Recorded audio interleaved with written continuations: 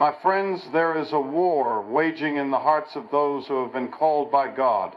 It is a war not seen by human eyes, but one that rages in the secret places of the soul. It is the battle against lust.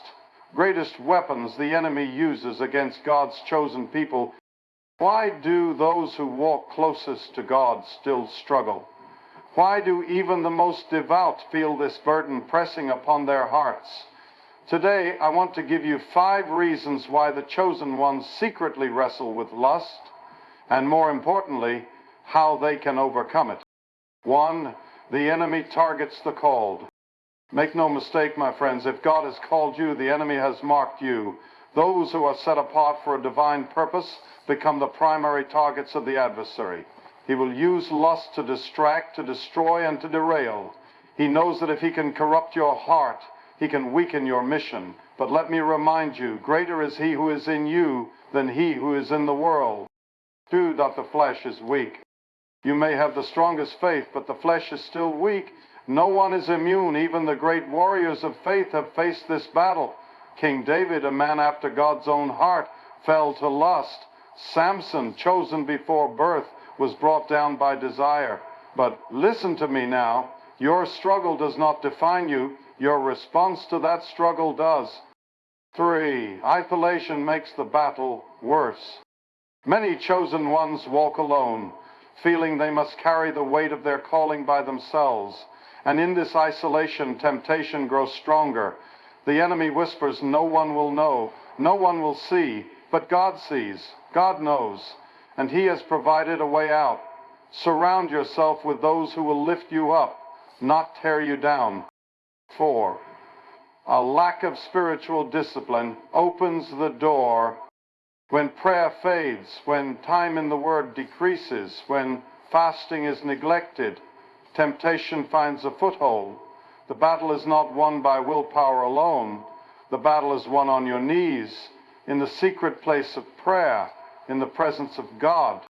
5, lust attacks the purpose within you. The struggle with lust is not just about temptation, it is about destiny.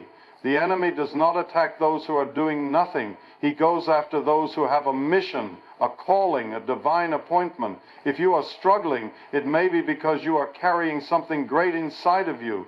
The enemy is trying to steal your anointing, but you were not meant to fall. You were meant to rise. Victory is in Christ. My friends, I am not here to condemn you, but to call you higher. There is grace for you. There is power for you. There is freedom for you. You do not have to fight this battle alone. Surrender your heart, surrender your desires, and let God transform you from the inside out. The world offers temporary pleasure, but God offers eternal joy. Choose today whom you will serve. And when temptation comes knocking, remember, God has already given you the victory.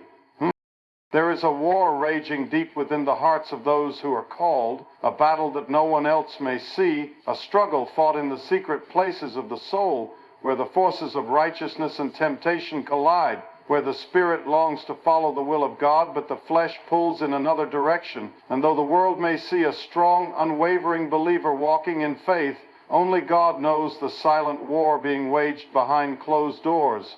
A war not of swords or shields, but of desires, of thoughts, of the constant tug-of-war between holiness and the whispers of the enemy. This battle is not new, for it has existed since the dawn of time, when the first man and woman stood in the garden, faced with a choice between obedience and temptation, and the enemy, crafty as ever, did not use force but deception, planting doubt, twisting truth, and making sin appear as something beautiful, something harmless, something that would fulfill instead of destroy. And to this day he uses the same tactics against those who are chosen, those who are set apart, those who carry a divine calling, knowing that if he can corrupt the heart, he can weaken the mission. If he can plant a seed of lust, he can disrupt the destiny. And if he can lead the chosen astray, he can turn a vessel of light into a prisoner of darkness. The chosen ones are not immune to this war, For in fact, they are often the ones who struggle the most, because the greater the calling, the greater the attack, the stronger the anointing, the fiercer the temptation.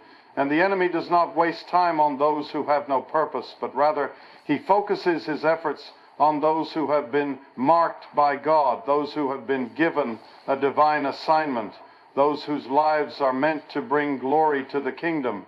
And so he comes not in obvious ways, not in ways that would be easily rejected, but in subtle whispers, in moments of weakness, in the unseen cracks of the soul, exploiting vulnerabilities, using loneliness, frustration, and hidden wounds as entry points, because he knows that if he can make sin appear justifiable, if he can make temptation seem irresistible, he can ensnare even the strongest of believers